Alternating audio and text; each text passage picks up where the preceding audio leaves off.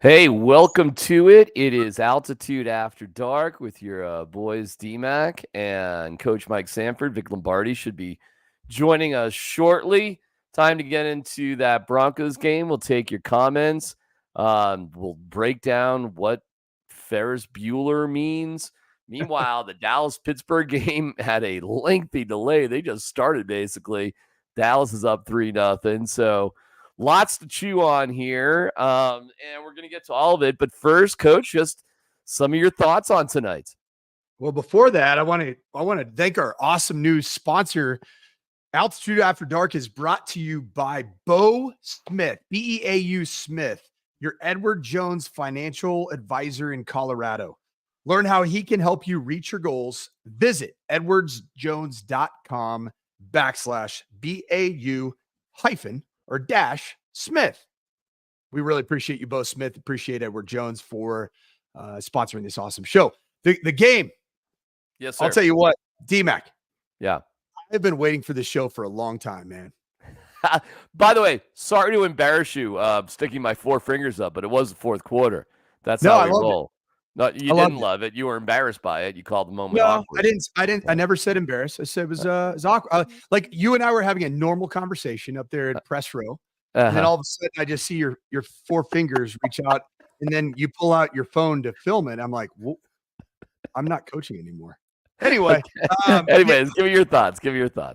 Well, I've been so excited for this show because it's finally the show where I can prove that I was right all along about Bo Nix. You know, I mean, you and I were at the draft party. You know, you were very subdued in your overall reaction to Bo Nix. And here I was, man, this is the face of the franchise, the future of the Denver Broncos. No, I obviously didn't say that.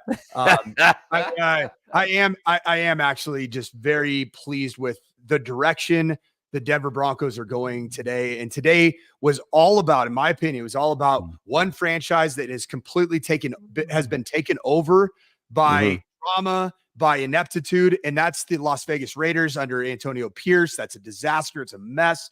And then another franchise that just lets everybody else make those types of mistakes.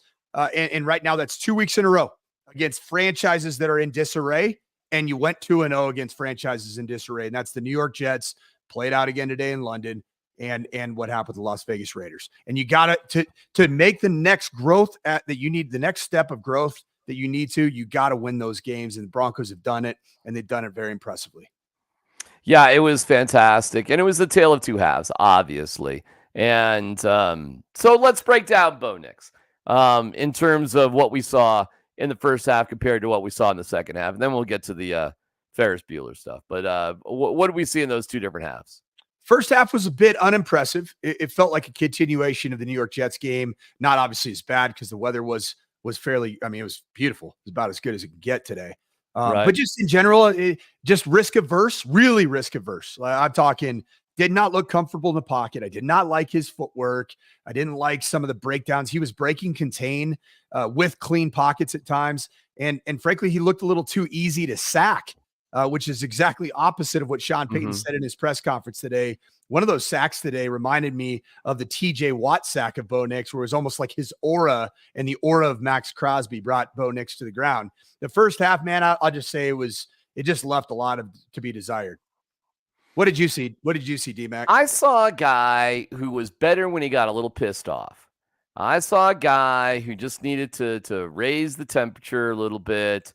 And I think getting pissed off that Troy Franklin dropped a beautiful deep touchdown pass, but I don't think that was what was making everybody so upset on the sideline. I don't think that's what it was.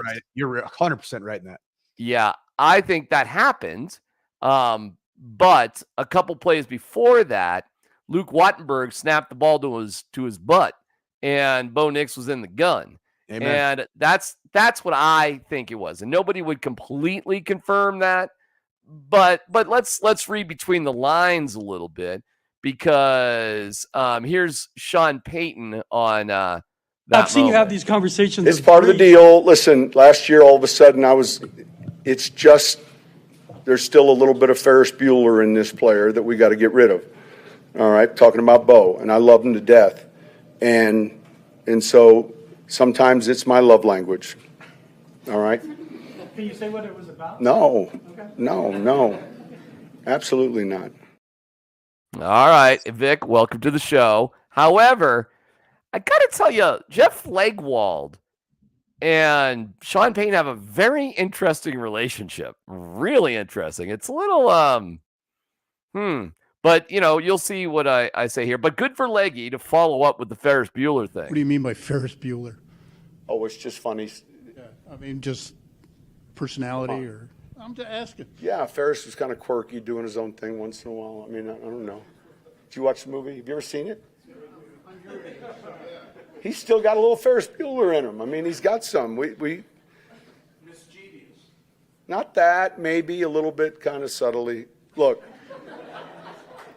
there are times where you send something in, and then I don't want it flipped, and then it gets flipped because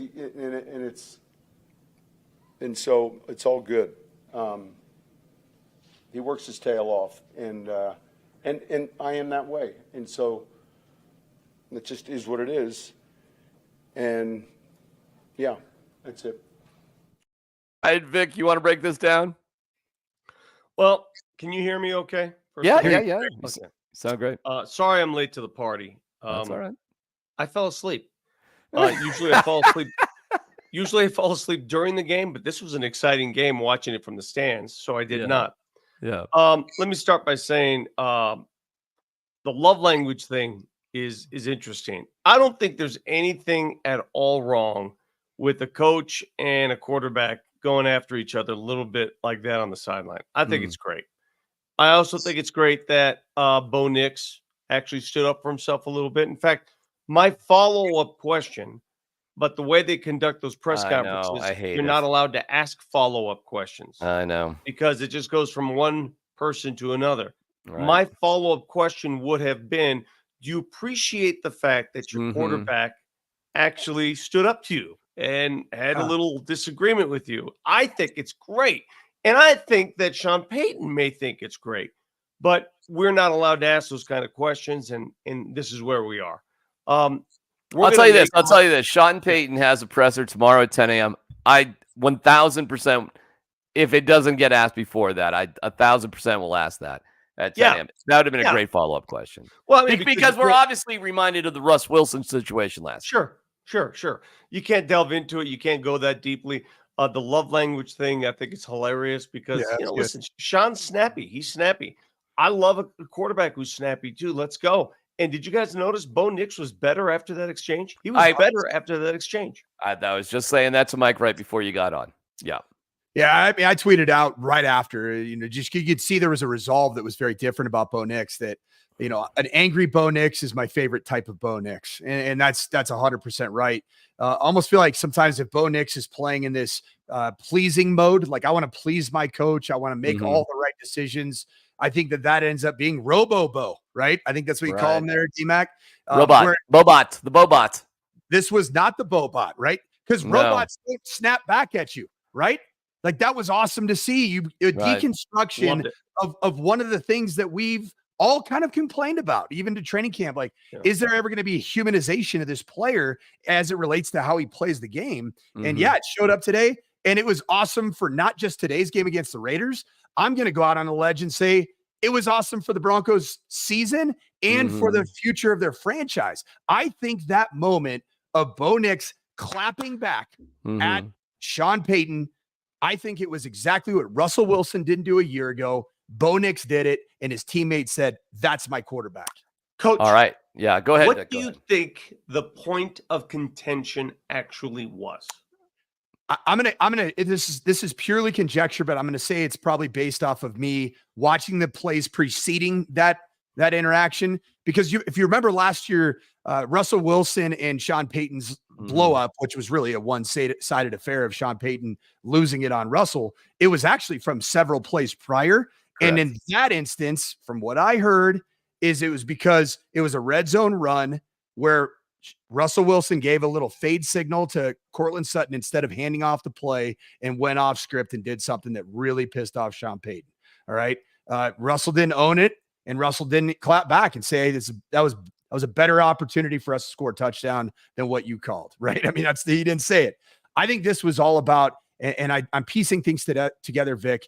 Did you guys see Chase Daniel when he talked about what it's like to be on the quarterback coach communication with Sean Payton? He said that a lot of times he gets really frustrated, gets really fired up. And frankly, Chase Daniel, his old quarterback, he said that he screws some things up from time to time. Mhm. I think that there was a play call that came in, and it was probably either on, it was relayed as a wristband from the earpiece down to look at your wristband, but something didn't have the word under center in it. And it probably was a shotgun snap. Luke Wattenberg snapped the ball between his legs. That was the fumbled exchange. Bo Nix is standing back with his heels at 5 yards. And I think that Bo Nix came across after that series. Sean Payton ripped his ass. And I think Bo Nix said, "You were wrong. Hey, right. You called it wrong. So don't Right. get on my ass." And then I think he was also mad about the whole, Troy Franklin deal. And I will say that I have a lot of support for Bo Nix in his post-game presser, not saying that he said I overthrew the pass. He didn't overthrow the pass. It was the best. Catchable. It was the best throw of Bo Nix's tenure in Denver, period. Training camp, preseason, regular season. The best throw that I've seen Bo Nix make. Well, here is Bo Nix on the exchange. And then what was going on there, and why were you so heated about it? Yeah, well, he turned and looked at me and said, "I love you," and I turned and said, "I love you back."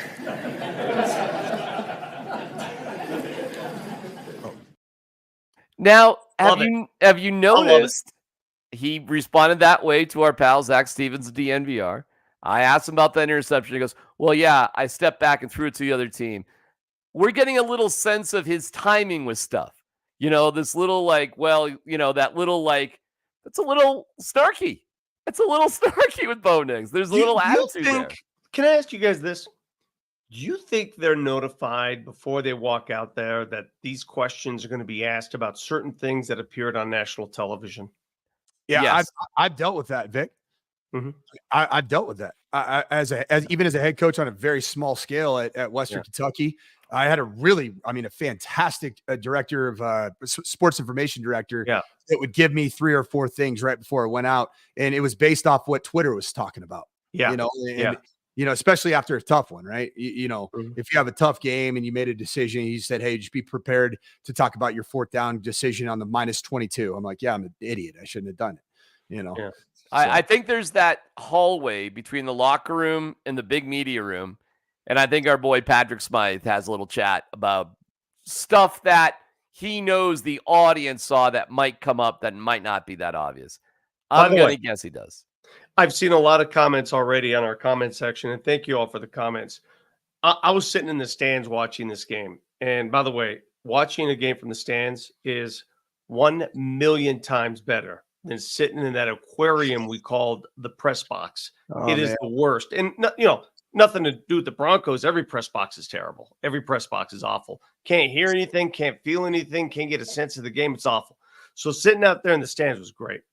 As I'm watching that play unfold, and I'm watching what he's watching, Bo Nix, a lot of people are saying, well, he threw to the wrong guy. No, he didn't. No, he didn't. I know Mims was open. Who cares? He had a touchdown. Yeah. Wide open Mm. touchdown. You know what the right play is? A touchdown. Absolutely. Every single time. I don't care that Mims is open. I don't care. He had a touchdown. No one was within 15 yards Wide of that open. receiver. Wide open. It was easy. It was the play to make. He made the right call. Maybe he overthrew him just a tad, whatever, but it was the right play to make. I don't see anything else, guys. I'll tell you what he did. He really put that ball up in the air, coach. Yeah. Really high in the air. Right. Meaning I'm just putting it up there. I got the arm strength to do that. My guy's just going to run under it at some point. I don't think he overthrew it at all. That being said, I think it's hard to tell on TV, how fast everything's going, how high the ball actually is. I think that's a tougher catch than it may appear on TV. No, it's not. But you are a professional. Oh, well, all right. Make a catch. I mean, he hits you perfectly in stride. I mean, it's at the high school level, you're supposed to catch it. I mean, that's the bottom line. Troy Franklin dropped the pass. And that would have, and the thing that sucks for Troy Franklin is that catch would have completely changed his season. I mean, it would have completely changed his season. And the reason he lofted it, if you go back and look at it, Franklin was a bit hesitant and almost slowed down before he got going again. Oh, the And I corner think gave Bo up on the play. recognized The corner just stopped. Yeah. Bo recognized that. So Bo said, I'm going to make this pretty easy on him. I'm going to put a lot of air under it. And at that point, your receiver's got to catch the football. So I don't want to hear anybody say he should have thrown it there. He should have done this. He did the right thing. He went for the touchdown. You score there. The game's obviously over. It was later, but it's over. So the quarterback made the right play. That's why I was wondering when he walked off the field, was Peyton mad at him for deciding to go there, or was it another item? That's where I was very curious.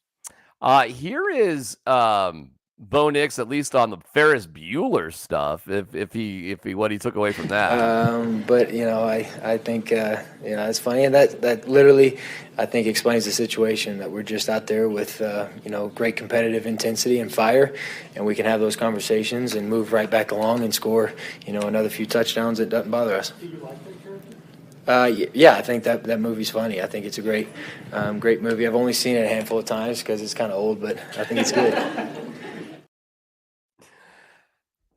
All right. Wasn't Ferris Bueller kind of a dick? I mean, yeah, he was a youngster, right? He was just he was a bit of a deviant, right? I mean, I hope we don't think too deeply about this and overread it. I think Sean Payton was trying to make it funny and was trying to say, in your words, Coach, Bo Nix was being deviant. He didn't follow the principal's orders. The teacher said do this and he didn't do it. So here he is. The one thing about that movie, and I hate to tell you guys this, 35 years later, I found it largely overrated. Not a fan. I'm right there with you. I just thought, like, why is Ferris Bueller in this movie some sort of hero? He's kind of a liar to his parents. He deceives basically everybody in his life. He talks his best friend, Cameron, who I don't know, really. Are you his best friend, or do you just have a cool ride? He just had a cool car. He's got a cool car. Yeah. I guess he wants to get laid because he's got his girl that he's getting out of school too. He's working on that thing. And every adult in the movie is an idiot. The principal's an idiot. The secretary with the pencils in her hair is the idiot. Yeah. His parents are idiots. Everybody's a moron except for, Ferris Bueller, who thinks he's smarter than everybody else. So when he says, and I get you, Vic, I'm not going to overthink it. But when he says that he's Ferris Bueller to me, it's like, well, that's somebody you got to put in his place. But I think maybe that's just Sean Payton having a bit of a sense of humor. And I do wonder, like you asked, Vic, and I'll ask it tomorrow for sure. Is that what he wants? Is that, and that's what he didn't have in Russell Wilson. Do you want to be challenged? Did Drew Brees challenge him like that? You just answered your own question, right? Because what does Sean Payton want? What is all of his legitimately massive success revolve around was the quarterback play of Drew Brees. So what is he looking for in his quarterback? Everything as close to Drew Brees as possible. And Drew Brees would snap back at Sean Payton intelligently. It wasn't just to do it or out of emotion. It was because there was something that needed to get on the same page. And that happened today. And that was a big development today. And back to the Ferris Bueller thing, I know from experience as a coach, there's often times that you just have like a saying that you go to, say a quarterback didn't flip the wristband. Okay. When you read the wristband, say wristband 32, it means that it's set for the left hash on the quarterback comm. Sean Payton says, hey, flip 37. And then Bo didn't flip it. Okay. So then you're in film study after a win in particular. And it's fun to be like, oh yeah, you're just a Ferris Bueller. You don't want to flip when I tell you to. That's what I think it was. And a lot of times it's just an honest mistake. It's not like he's shut, but a lot of times you do have these sayings from your childhood or from your high school era, which 1986, when the movie came out, probably lines up with the Sean Payton high school college type era. Right? I bet he's been using it for years. Okay. I am not going to be scolded as I am right now by some when I say that I thought the movie was largely overrated. That was in my era. That was my era. Okay. I have eyes. I didn't think it was that big a deal. When I saw it, I was like, I can name 150 movies that were better than Ferris Bueller. Breakfast Club. Maybe 170. The entire Breakfast Club series. But Pretty in Pink. Yeah. Yeah. All that. Vision Quest. Long Dong, man. Vision Quest. Great film. No doubt Pitch about Perfect 1, 2, and 3. Well said, Vic. I don't think that was the same era, but Home Alone was better. Great film. Home Alone, fantastic. Yeah, John Hughes. Okay, let's talk about cornerbacks, and we'll get to Vic with Riley Moss in a second. But I was doing I'll do a little, hey, here's the game. How's it going? Dude. And who walks past me is Champ Bailey, and he's wearing his gold jacket. He's got a little cocktail in his hand. And me and Champ, Vic, I'm not sure what your relationship is with Champ. I'm going to guess it's really, really good. Mine certainly is. Champ was one of those guys, Coach, who wasn't the most vocal dude out loud, but he was a great guy, Vic, to talk to. He always has been, in my opinion. One of my favorite Broncos of all time. He was chill. He was cool. Yeah. He never said no. He gave you the time of day. He referred to you respectfully. He wasn't a jerk, and he was a star player. I mean, what more can you ask for? I love Champ Bailey. Still do. Yeah, and both of our birthdays are on June 22nd. Different years, but we share that. So he's walking around, and I'm like, hey, Champ, come on over here, because I wanted to ask him about Surtain. Come on, man. Come here. Here we go, man. Come on. The Hey. one and only. Hey, Surtain. What about it? Come. Well, are you surprised or something? Not surprised. He said it was one of the honors of his life to get jersey swap with you earlier man, today. It's a rare moment where you get to swap a jersey with a current player, former player. I mean, he is what elite corner looks like, and I'm just happy to see him have a career day today. Yeah. It's funny, they flashed a stat on the screen that this is the first time that's happened, 2 picks in the game since I did it. So it was like only fitting that I was in the house tonight, Hey, man, and he did what he did. Look at this thing. Yeah, man. Look at this thing. Just a little something. You know what I'm saying? Something I picked up. All right, bro. I love you, pal. Oh, It's man, good to good see to see Champ you, Bailey. man. I'll let you All right. go. All right, take it easy, Oh, my bro. guy. Take it easy. Champ Bailey. There you go. Pretty cool, Hey, right? DMac. Yeah. Never hug a Hall of Famer ever again. I never want to see that again. I was looking. I'm talking to him. I'm like, hey, this is the jacket. This is the jacket. This is the. I'm gonna hug. We make a lot of comparisons. Obviously, Patrick Surtain took it to the house from the end zone. Yeah. Champ did it against the Patriots in the playoffs 2005. Yeah. If replay were alive today or back then, that touchdown would not have counted. You know that, right? You know that in that game. Why? Because he fumbled through the end zone. He got hit right. You think so? You think that would have come back out, yeah. huh? Go back and look at it. Yeah, I know. Go back and look at it. This is up there with Matt Holiday. Did he touch it or not? I mean, it's kind of a classic. Not that it matters. Back then, it didn't matter. It was still an amazing. But you think on play. replay? You think for sure on replay that would have come back out, huh? I mean, I'll never forget the play. And it's so That's vivid in my mind. Nick Ferguson causes it because he comes in off the safety blitz, and Champ Bailey down the left sideline, and then Ben. What's Ben's name? Ben Watson. Ben Watson chases him down. An unbelievable play by Ben Watson. Yeah. But the Surtain, Coach, tell me if you agree with me on this. When you watch Surtain run, and you knew he was going to go to the house as soon as the quarterback got steamrolled, which is great.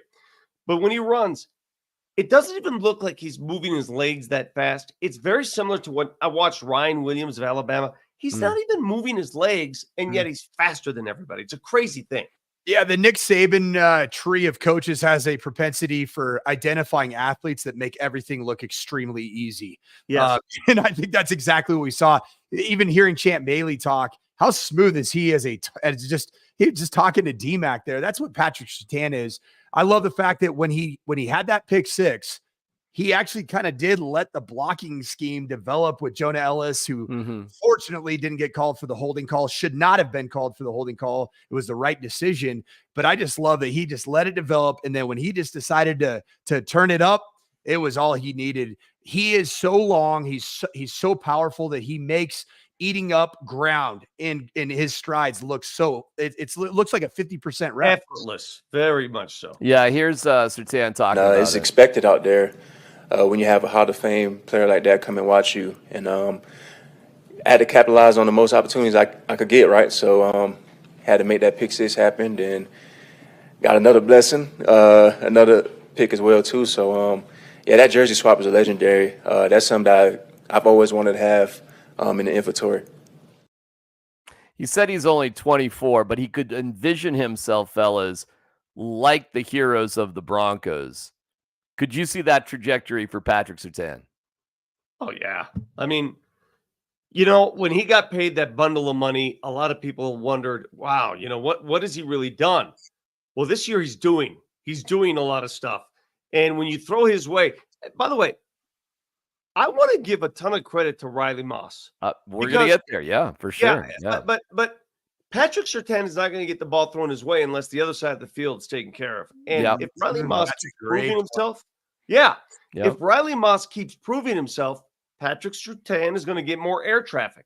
If you get more air traffic, you're going to get more picks, more opportunities. You remember, DMac, Champ had a season and a half where nobody threw to his side of the ball. It was a lonely place to be. And he didn't have all the interceptions that people were wondering, what's the big deal? It's because nobody tested him.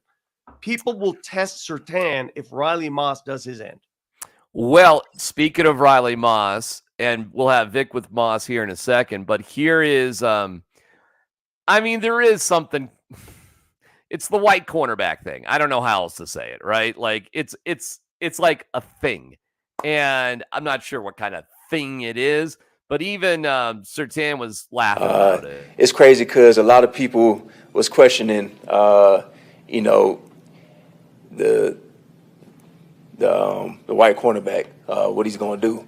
But he's definitely making history. So it's good to see him out there making plays and doing what he's doing. So I'm very proud of him. I'm just laughing because he hesitated. He didn't know what to call him. He waited. He's like the white guy.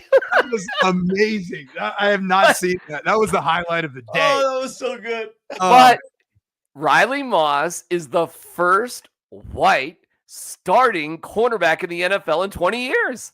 Since Jason Sehorn? Is that crazy or what? Yep. Is Sehorn the last one? I'm not saying other guys haven't played the position. They probably have, but I'm talking like a starter. I think Sehorn. I think there's somebody else too, and the name kind of escapes me. But even Surtain, like, look at his smile here again, because it's like, do I say this? It's crazy because a lot of people was questioning, the white cornerback, what he's going. In the locker room, they have a ton of fun with that, right? In the locker room, because Riley Moss he's heard it all his entire life. Right, of course. How much crap does Riley Moss hear on the field, let alone in the locker room? I can't even imagine. Fellas, I know we're not supposed to talk politics, and I'm not going to, okay? But I have a story to explain to you. When I was coaching at Stanford, there was an offensive coordinator who was of a different. He was of African American descent, so he was black. I think I'm trying to figure out and he was going through a scouting report and showing films. Okay, and it's not Riley Moss, but there was a white cornerback playing for another team. He paused it, looked back at everybody, said, "Hey, you see this Republican right here? We're going after this Republican. Like, all things even, safety ain't over the top. We're going after this Republican." And the entire room full of Stanford football players just lost it. It was so good. Funny.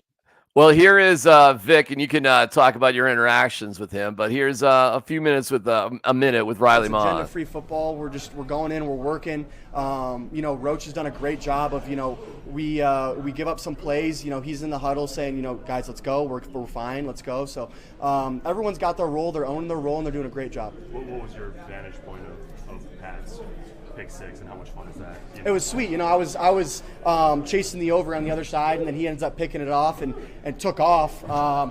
And at that point, there was no way I was going to be able to block someone. So then I was just sitting there like cheering him on, and then they threw the flag, and then I was like, "There's no shot, right?" Thank God they picked up the flag, but it was really cool. So you just hang out on the back end? Yeah, I was vibing. Yeah, I was cheering him on.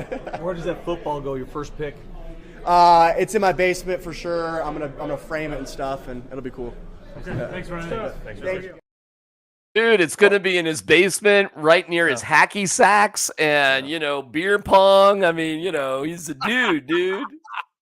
I didn't have that deep of an interaction with him, by the way. I asked him one question at the end, but, that's how those things go. I like the kid, man. He's bubbly.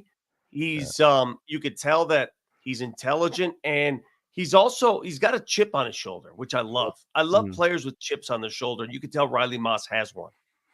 Well, he's been playing great. He gets his first pick. O'Donnell. Aiden O'Connell. O'Connell.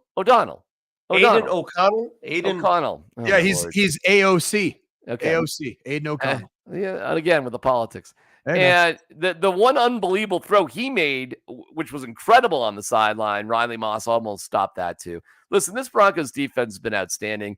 That was like a garbage drive, touchdown, 2-point conversion for the Raiders late in the game, right? I mean, that meant absolutely nothing. The game was well out of hand. And if the Broncos wanted to, they could have shoved that ball right into the Raiders end zone, and it could have been 41-18. They could have done that. But I want you guys to consider something, all right? All right, replay the game in your head. I know the score was a joke that the Broncos dominated.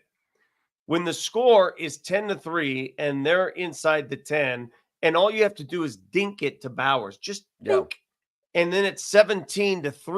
Mm-hmm. Everything's different. The whole game's different.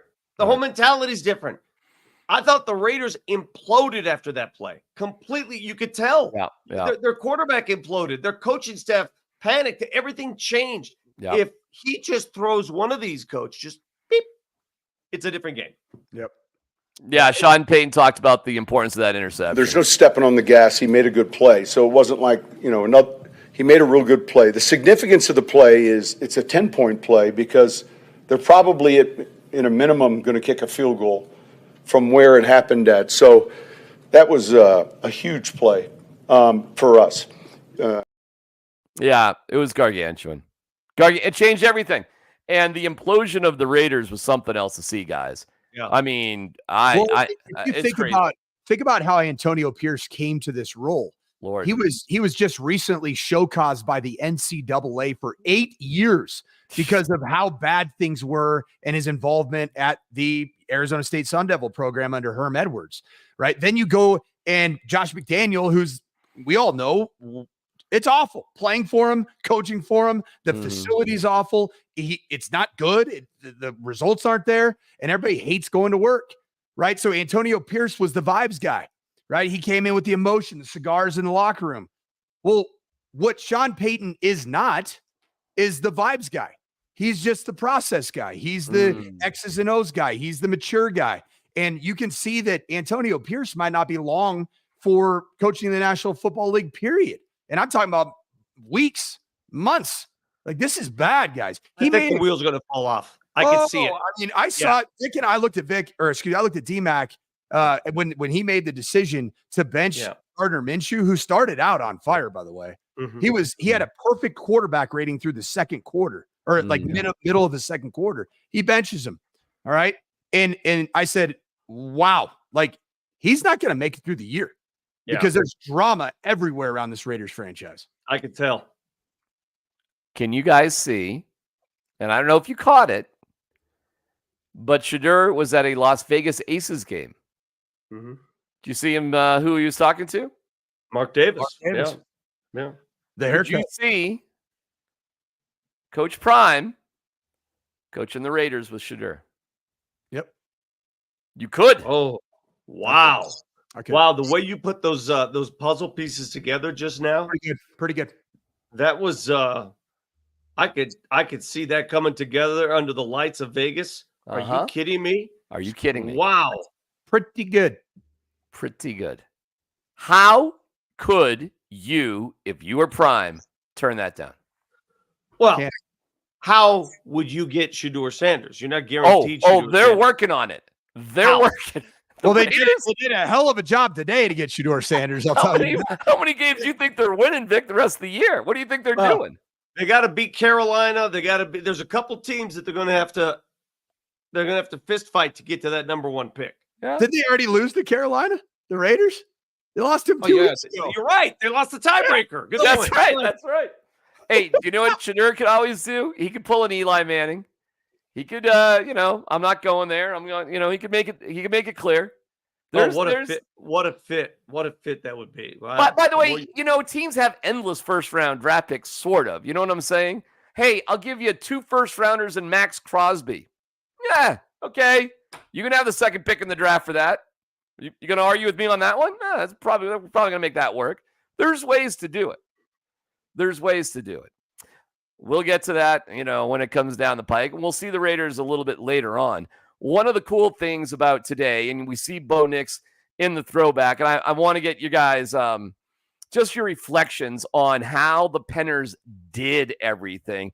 And when Bo steps up, it's pretty cool because he admitted where he got his throwback from. Bo, you're wearing a Elway throwback. What did 1977 and all that stuff mean to you? How did you connect with everything like that? Well, growing up is my dad's favorite quarterback. So, being a Bronco now with everything that he's done to lay this foundation for the guys that come after him and can play quarterback at a high level. And, with my dad, that history, him being my dad's favorite player, it's just two guys that have put me in a situation to go out there and succeed. And so it was a great day to kind of pay tribute to those that came before you. And, I had it in the closet and wanted to put it to use. Okay, that's kind of cool. He's got it in the closet, he just throws it on like, hey, this would be cool. It's his dad's favorite player. I didn't know that. I had no idea it was his dad's favorite player. That's pretty bold. You show up with number 7. And you show up with number 7 in this town. Yeah. That number 7. That's a good point. I didn't think of that. That's good. That's good. A lot of people wouldn't do that. A lot of people would not do that. They wouldn't, because he's still here. He's still Elway. Yeah. And you're comparing yourself, not comparing yourself, but you're wearing his jersey. That's meaningful. Listen, you said something about the Penners and the ownership group, and I want to echo these sentiments because you and I are in agreement. I want to give full praise and credit to the new ownership group of the Broncos for not only embracing the history of this franchise, but going above and beyond with embracing it. Mm-hmm. Do you know that's the first time that the 77 team has been brought back into town and championed like that? First time. I can't believe that, actually. I'm shocked. Yeah. And not only did they bring them back, they brought all of them back for this ceremony. They said, listen, we're going to take this on. They went to yesteryear with the uniforms and the color scheme. You saw the stadium today. Everything in the stadium looks like it was in the Wayback Machine. They spend the money. They mean it. This is a great ownership group. And if you're a Bronco fan, you should be really happy that it's in their hands, to be honest with you. Coach? Yeah, I mean, I wasn't born in 1977, so I don't have much to say about 1977. So, yeah. But what about the fashion of 77? Guys, what about the jerseys? Fellas, have you guys watched the highlights from the NFL? You guys have been so damn busy. You were at the presser, but have you watched the highlights of just the slate of NFL football games today? No, a little bit, not a ton. You go bounce around the league here, there, the other place. When that damn Broncos highlights reel started, I was like, "Holy cow, does that look sharp?" It pops. I mean, Everybody said it. Everybody said it. Absolutely beautiful. And it was what I loved about today was not just how the Penners honored the 1977 team. And I'm being semi-humorous about 1977. I've had great conversations with my father about Randy Gradishar, a lot of different things over the course of being in Denver. I've been able to catch up on the history of the Broncos from my dad, who was a fan, of the Broncos as a kid. Bo Nix, he talked about his dad was a huge fan. My dad grew up, with the Broncos as one of those teams, right? So the thing that I love is not just the jerseys, not just the honoring, but man, that stadium was so themed out. All the digital is up on the jumbotron. Everything. Everything. Every single detail matters to the Penner family, and they are an unbelievable ownership group. I got to show you this. I got to show this real quick. Do you guys know that Steve Foley is one of 13? Yeah. Okay. Hopefully it shows okay. This is his family. That's incredible. This is his family, guys, who was there for his that's his family, everybody in there. Wow. That's not just a bunch of fans looking for autographs. All these people are somehow related to Steve Foley. There had to be 100 Foleys there. Look at that. Good for him. That looks like the attendance at an Oakland A's game before they moved. That's great. Good, Riley Odoms and Steve Foley, they were part of my childhood, man. Me too. Those guys, those names, I'll never forget them. And the fact that they brought them back into town and they feeded them and they threw them in front of the crowd, that was awesome. And for the Broncos to finally beat the Raiders for the first time in 8 tries, my God, it's about time. Let me tell you, everybody referenced the uniforms leading up to this game. every single person you talk to reference what this day meant. There was a big thing last night. There's been things during the week. They made this such a big deal. To lose this game would have been like a disaster considering what was going on. All right. So let me ask the obvious question. If everybody makes a big deal out of it and everybody loves it, and even the players, they couldn't wait to slip into these uniforms, what are we doing? I don't know. What? Listen to me. I don't know. What are we doing? What are we doing? I agree. Why not? I agree. I'm not against it. Yeah, I mean, if I have to see the all white Broncos uniform, the new one with the navy blue helmet again, because I feel like it's all we've seen the whole year outside of today. It's even the home games they've been in the all white with the blue. It's like what? It's not a great looking uniform. Now the new oranges are really clean. I like the new navy blue, but apparently they're only going to be worn once this year, which is wild to me. I don't understand the obsession with the white on white with the navy blue helmet that they've been wearing. Basically, don't like them. They dress suck. better. They suck. Feel better. They play suck. better. Yeah. Dress better. Play better. Feel better. Listen, it works. Players care. Yeah, they do. They care. They care. We heard that all week, right? I mean, heard it all week. We heard it all week. Hey, I'm going to get ahead of my skis here, fellas. I'm looking right now at the Broncos at 3-2. Okay. And you can say that, Paul Chesky got hurt. Well, guess what? Mike McGlinchey is about a week away from returning. And then if Paul Chesky has a high ankle sprain, then he'll probably be about 4 weeks from returning. So that's not a problem. If you look at the remaining 12 games on the schedule, am I right in saying 12? We're 4-1, correct? Or 3-2. Yeah. Right? You look at 12, the remaining 12. 12. There are only, as I see it here, there are only 4 teams that you're going to look at and say they have something that we don't have. And that's going to be the Ravens on the road, 2 games against the Chiefs, although they're not playing tremendous football. And then you have the Bengals. I mean, guys, you have another crack at the Raiders.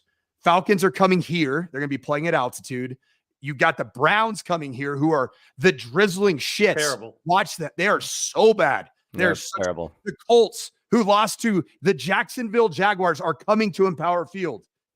And then you have the Chargers twice. That's going to be an important series. I think you sweep against the Chargers, you're going to playoffs, fellas. That's it. You have currently 4 games against teams. They're in the playoffs. They're in the playoffs right now. Playoffs start next week. They're in the playoffs right now. What are you guys going to say to people who have been shitting on Bo Nix? How about Mark Mosier, who called during halftime to, I don't know, because he sent out a tweet, we're going to have a conversation about Bo. That's what Mark said at halftime. And he called both me on speaker, and then he started cursing like a sailor, and I had to take him off speaker. And then, Vic, he calls Sanford. Like, we're sitting right next to you. Call Sanford. What do you say to people who gave up on Bo in the first half and don't really believe in this guy? What will they be saying now? Well, to be fair with Mark, he called you at halftime. In second half, Bo Nix was much better than first half Bo Nix. First half, Bo Nix was hard to watch at times. Yeah, okay. DMac, it was not good. Yeah. Football. So DMac, if that was what his emotions were. Yeah, if you're going to sit there and deny the fact that he struggled in the first half, I don't know what you're watching. I'm not denying it, but I'm saying it's a full game, fellas. I know. I mean, but we're winning 13-10 at halftime. Okay. You know why they were winning. All right. What we talked about, the play that changed the game. They're not winning because Bo Nix is taking them to the promised land. They're winning for other reasons. And then in the second half, he turned it on and looked good. He looked good. He had a couple of drives. The drive I was most impressed with the drive at the end of the half. Get him in field goal range. That's all you had to do is get in field goal range, and they did. Yeah, here's what I'd say to that question is my answer would be this. In the way that I evaluate quarterbacks is that realize that it is a marathon, not a sprint. Even the first half, you want to have a knee-jerk reaction. You heard my conversation, DMac, with Mosier on the phone. I said, there is another half to play. I'm going to sit and watch it and evaluate it. There are going to be large pendulum swings for Bo Nix as the season progresses. Think about last week against the New York Jets. It wasn't first half this week. Wasn't great. Wasn't terrible. Wasn't great. And then the second half, it was awesome. Like that's the life of a rookie quarterback. You look to the other 2 starting rookie quarterbacks. They're playing really good football, DMac. Like the picking order was not necessarily out of whack based off of the results through 4 or 5 games of these rookies in their starting careers. I do have an issue with people just picking comments and tweets that happen mid-game. You're live tweeting mid-game. You're making a comment about something that happened mid-game. Don't come back to me 2 hours later after the win and say, oh, why'd you say that? Because in that moment, he looked bad. That's why. Later, he looked good. But you're live tweeting commentary during the game. What, are you supposed to delete all those? Doesn't make sense to me. Okay, Mosier, we got to have a conversation. It's like, okay, well, talk about this, I guess.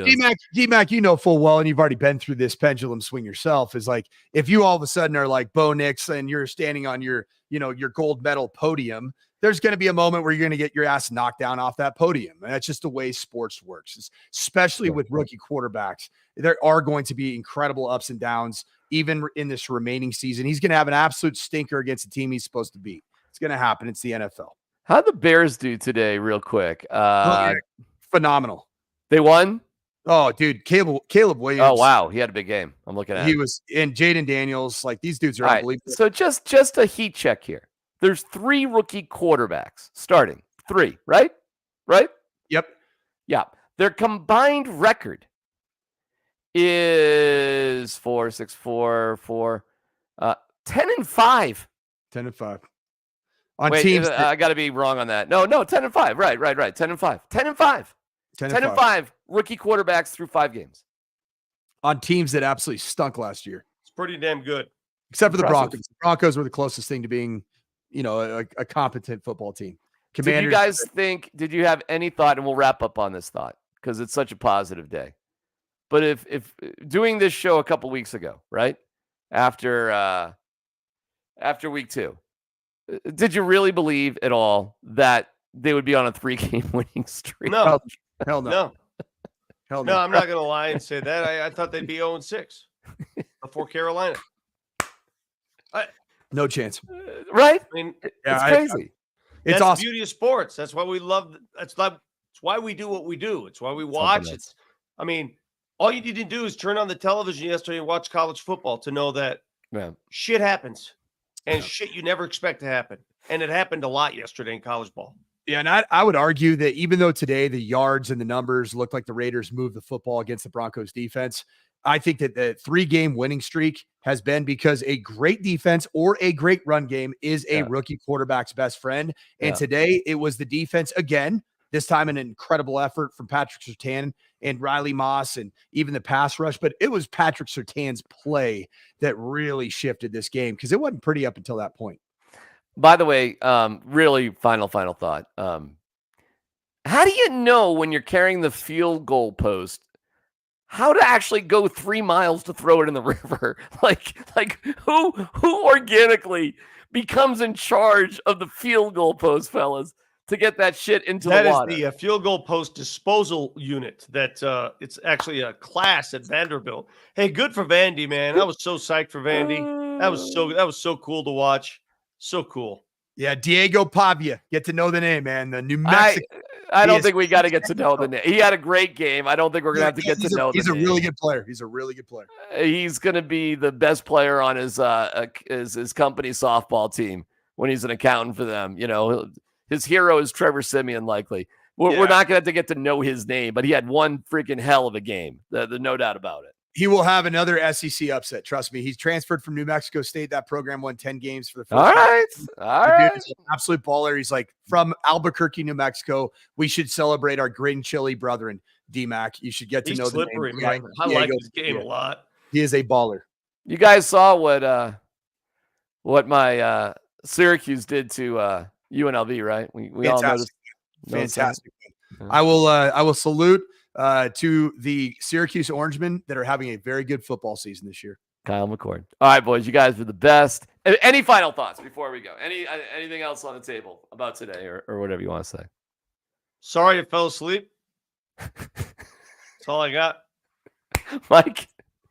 Expectation bar has been raised. It's playoff season, baby. Okay, all right. And with that, we got to thank our sponsors there before we go there, Mike. You got one more there for us, pal? You're gonna give me a little bit more warning. It's very poor producing right there. All right, let's see. Really? He's supposed to wait. Is he supposed to read something? Oh, he is. I'm close to memorizing it. It's just my second time doing it, really. That's All okay. right, so we got to understand this, Vic, that Altitude After Dark is brought to you by Bo Smith, your Edward Jones financial advisor in the beautiful state of Colorado. Learn how we can help you reach your financial goals. Visit edwardsjones.com/BAU-Smith. Cheers to Bo Smith and Edward Jones Financial. All right, boys. We'll see you later. Vic on the radio tomorrow morning. Mosier's still on vacation. And Mike, 10 a.m.? 10 a.m. Dempsey and Company. Oh, Exaggeration Monday. It's going to be ridiculous. And PhD at noon. We'll see you then. See you, fellas. See ya. Bye.